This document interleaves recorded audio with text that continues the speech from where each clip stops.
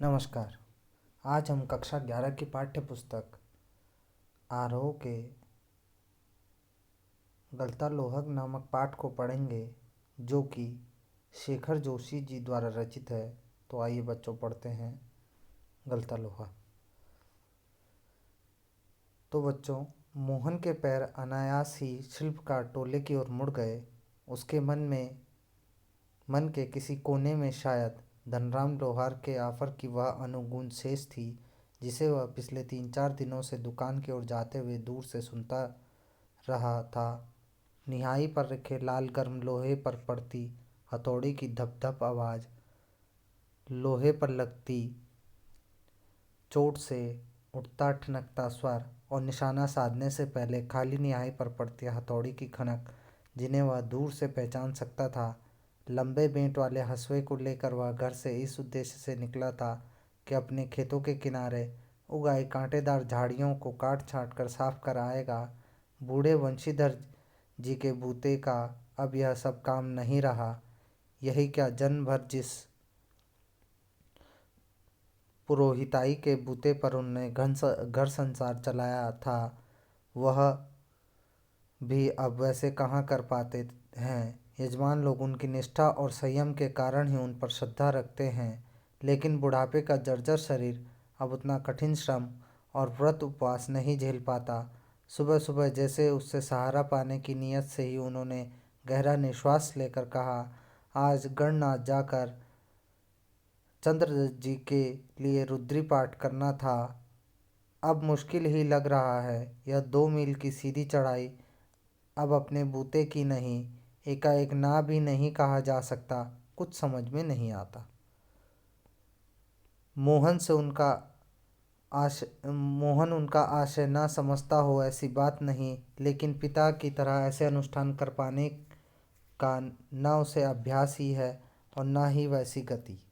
पिता की बातें सुनकर भी उसने उनका भार हल्का करने का कोई सुझाव नहीं दिया। जैसे हवा में बात कह दी गई थी, वैसे ही अनुत्तरित रह गई। पिता का भार हल्का करने के लिए वह खेतों की ओर चला था, लेकिन हंसुए की धार पर हाथ फेरते उसे लगा कि वह पूरी तरह कुंद हो चुकी है। धनराम अपने बाएं हाथ से धौंकनी फूंकता हुआ दाएं हाथ से भट्टी में गर्म होते लोहे को उलट पलट रहा था, और मोहन भट्टी से दूर हटकर एक खाली कनिस्तर के ऊपर बैठा उसकी कारीगरी को पारखी निगाहों से देख रहा था। मास्टर त्रिलोक सिंह तो अब गुजर गए होंगे, मोहन ने पूछा। अब वे दोनों अब अपने बचपन की दुनिया में लौट आए थे। धनराम की आंखों में एक चमक सी आ गई। वह बोला, माँ साहब भी क्या आदमी थे लल्ला, अभी पिछले साल ही गुजरे। सच कहूँ आखिरी दम तक उनकी छड़ी का डर लगा ही रहता था। दोनों हो कर हंस दिए। कुछ क्षणों के लिए वे दोनों ही जैसे किसी बीती हुई दुनिया में लौट गए।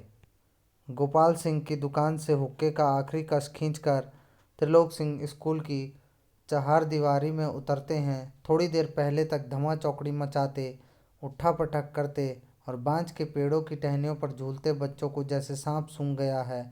कड़े स्वर में वह पूछते हैं, प्रार्थना कर ली तुम लोगों ने?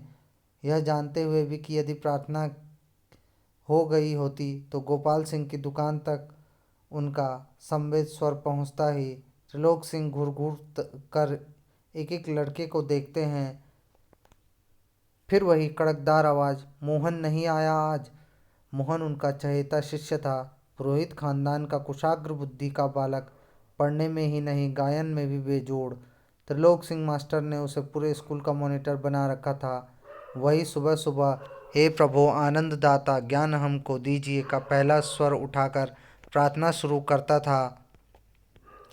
मोहन को लेकर मास्टर त्रिलोक सिंह को बड़ी उम्मीदें थी। कक्षा में किसी छात्र को कोई सवाल न आने पर वही सवाल वे मोहन से पूछते और उसका अनुमान सही निकलता। मोहन ठीक ठाक उत्तर देकर उन्हें संतुष्ट कर देता। तब वे उस फिसड्डी बालक को दंड देने का भार मोहन पे डाल देते। पकड़ इसका कान और लगवा इससे 10 उठक बैठक, वे आदेश दे देते। धनराम भी उन अनेक छात्रों में से एक था जिसने त्रिलोक सिंह मास्टर के आदेश पर अपने हमजोली मोहन के हाथों कई बार बेंत खाए या कान खिंचवाए थे। मोहन के प्रति थोड़ी बहुत ईर्ष्या रहने पर भी धनराम प्रारंभ से ही उनके उसके प्रति स्नेह और आदर भाव रखता था। इसका एक कारण शायद यह भी था कि बचपन से ही मन में बैठा दी गई जातिगत हीनता के कारण धनराम ने कभी मोहन को अपना प्रतिद्वंदी नहीं समझा, बल्कि वह इसे मोहन का अधिकार ही समझता था।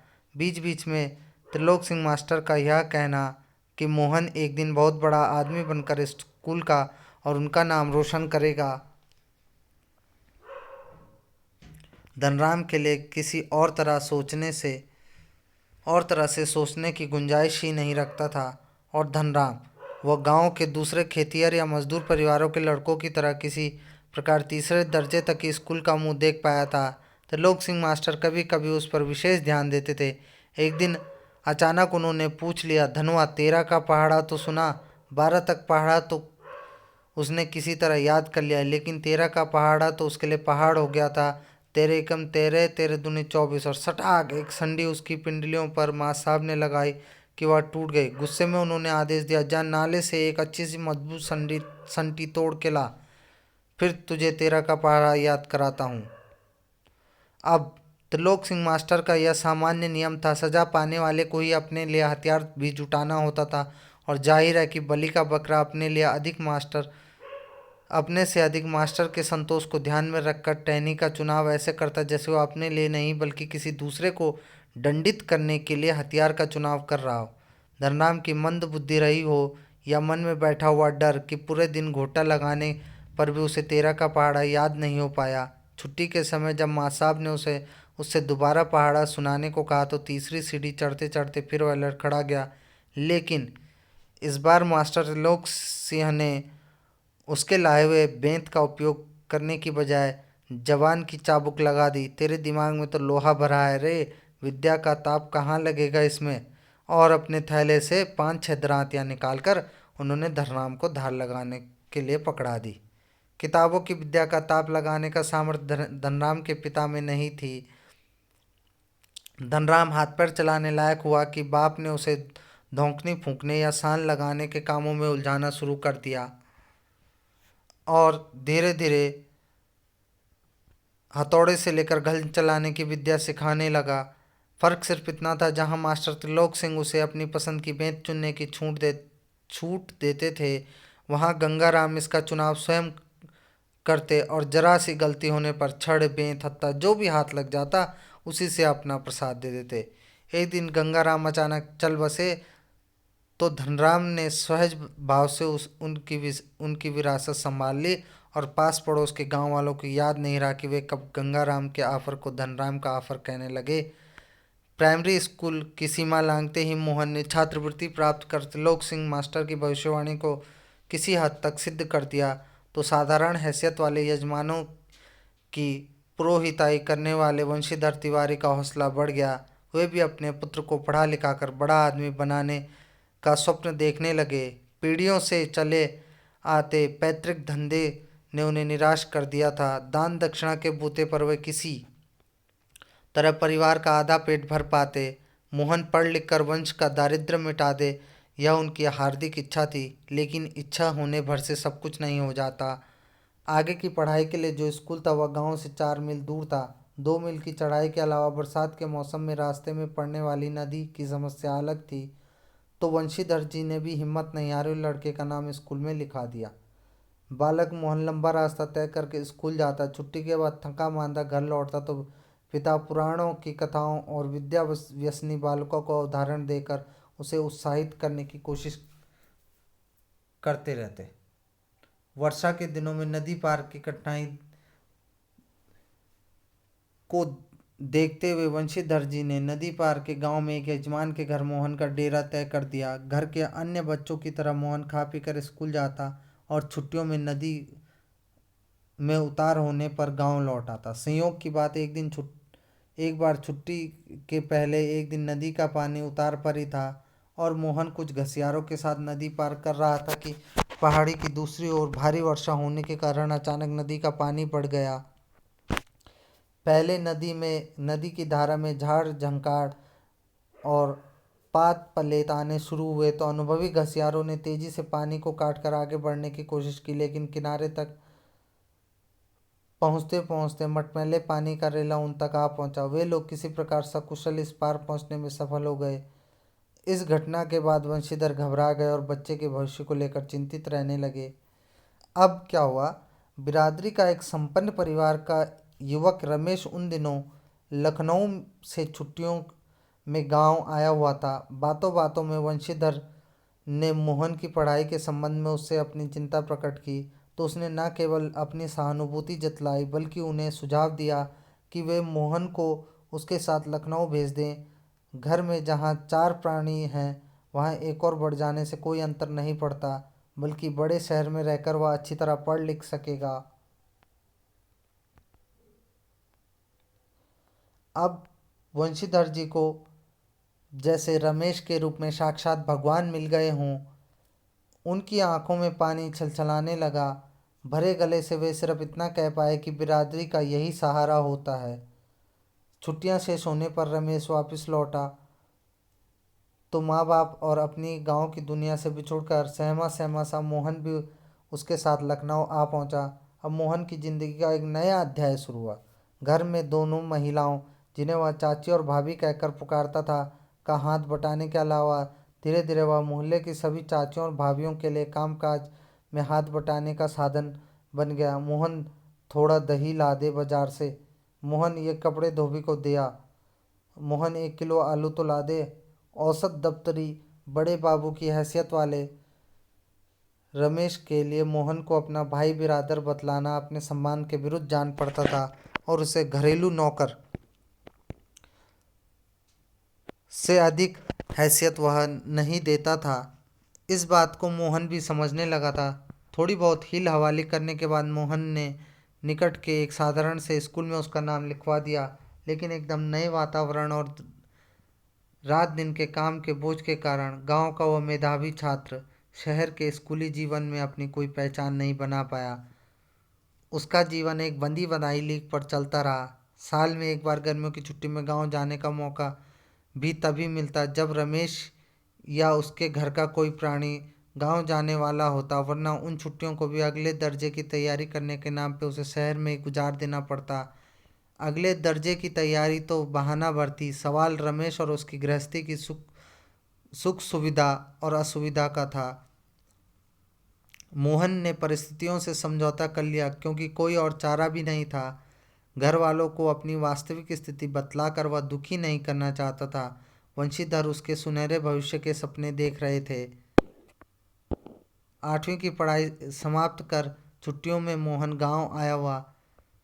जब वह लौटकर लखनऊ पहुंचा तो उसने अनुभव किया कि रमेश के परिवार के सभी लोग जैसे आगे की पढ़ाई के पक्ष में नहीं हैं। बात घूम फिर कर जिस ओर से उठती, इसी मुद्दे पर जरूर खत्म हो जाती कि हजारों लाखों बीए एमए मारे मारे बेकार फिर रहे हैं। ऐसी पढ़ाई से तो अच्छा आदमी कोई हाथ का काम सीख ले। रमेश ने अपने किसी परिचित के प्रभाव से उसे एक तकनीकी स्कूल में भर्ती करा दिया। अब मोहन की दिनचर्या में कोई विशेष अंतर नहीं आया। वह पहले की तरह स्कूल और घरेलू कामकाज में व्यस्त रहता। धीरे धीरे 1.5-2 वर्ष का यह समय बीता और मोहन अपने पैरों पर खड़ा होने के लिए कारखानों और फैक्ट्रियों के चक्कर लगाने लगा। वंशीधर से जब भी कोई मोहन के विषय में पूछता तो वे उत्साह के साथ उसकी पढ़ाई की बाबत बताने लगते और मन ही मन उनको विश्वास था कि एक दिन बड़ा अफसर बनकर लौटेगा। लेकिन जब उन्हें वास्तविकता का ज्ञान हुआ तो न सिर्फ गहरा दुख हुआ, बल्कि लोगों को अपने स्वप्न भंग की जानकारी देने का साहस नहीं जुटा पाए। धनराम ने भी एक दिन उनसे मोहन के बारे में पूछा। घास का एक तिनका तोड़कर दांत को खोदते हुए उन्होंने बताया कि उसकी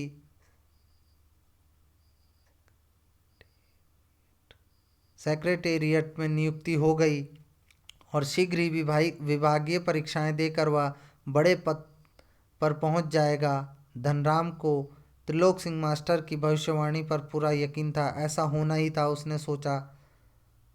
दांतों के बीच तिनका दबाकर असत्य भाषण का दोष न लगने का संतोष लेकर वंशीधर जी आगे बढ़ गए। धनराम के शब्द मोहन लल्ला बचपन में ही बड़े बुद्धिमान थे, उन्हें बहुत देर तक कचोटते रहे।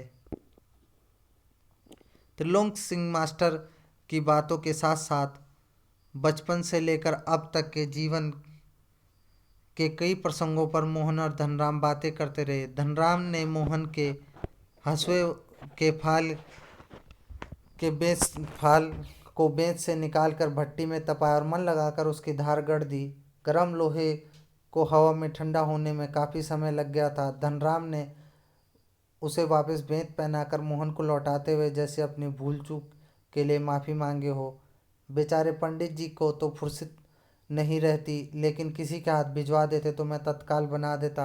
मोहन ने उत्तर में कुछ नहीं कहा, लेकिन हंसुए को हाथ में लेकर फिर वहीं बैठा रहा, जैसे उसे वापस जाने की कोई जल्दी ना हो। सामान्य तौर से ब्राह्मण टोले के लोगों का शिल्पकार टोले में उठना बैठना नहीं होता। किसी कामकाज के सिलसिले में यदि शिल्पकार टोले में आना ही पड़ा तो खड़े खड़े बातचीत निपटा दी जाती है। ब्राह्मण टोले के लोगों को बैठने के लिए कहना भी उनकी मर्यादा के विरुद्ध समझा जाता था। पिछले कुछ वर्षों में शहर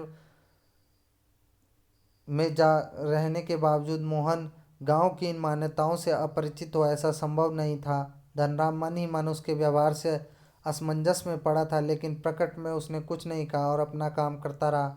लोहे की मोटी छड़ को भट्टी में गलाकर धनराम गोलाई में मोड़ने की कोशिश कर रहा था। एक हाथ से संडसी पकड़ दूसरे हाथ से हथौड़े की चोट मारता तो निहाई पट्टी घाट में सिरा न फंसने के कारण लोहा उचित ढंग से मुड़ नहीं पा रहा था। मोहन कुछ देर तक उसे काम करते हुए देखता रहा, फिर जैसे संकोच त्याग कर उसने दूसरी पकड़ से लोहे को स्थिर कर लिया और धनराम से हथौड़ा लेकर नपी तुली चोट मारते अभ्यस्त हाथों से धौकनी फूंककर लोहे को दोबारा भट्टी में गर्म करते और फिर निहाई पर रखकर उसे ठोकते पीटते सुगढ़ गोले का रूप दे डाला। मोहन का यह हस्तक्षेप इतनी फुर्ती और आकस्मिक ढंग से हुआ कि धनराम को चूक का मौका ही नहीं मिला। वह अवाक मोहन की ओर देखता रहा। उसे मोहन के की कारीगरी पर उतना आश्चर्य नहीं हुआ जितना पुरोहित खानदान के एक युवक का इस तरह के काम उसकी भट्टी पर बैठकर हाथ डालने पर हुआ। वह शंकित दृष्टि से इधर उधर देखने लगा। धनराम की संकोच, असमंजस और धर्म संकट की स्थिति से उदासीन मोहन संतुष्ट भाव से अपने लोहे के छल्ले की त्रुटिहीन गुलाई को जांच रहा था। उसने धनराम की ओर अपनी कारीगरी की स्वीकृति पाने की मुद्रा में देखा। उसकी आंखों में एक सर्जक चमक थी, जिसमें न स्पर्धा थी और न ही किसी प्रकार की हार जीत का भाव। तो बच्चों, इस पाठ में बताया गया कि किस प्रकार जो है एक मेधावी युवक जो है वो अभावों के कारण एक बड़ा अफसर नहीं बन पाया और जाति बिरादरी के नाम पर उसी के जाति के एक व्यक्ति रमेश ने मोहन का किस प्रकार से शोषण किया और उसे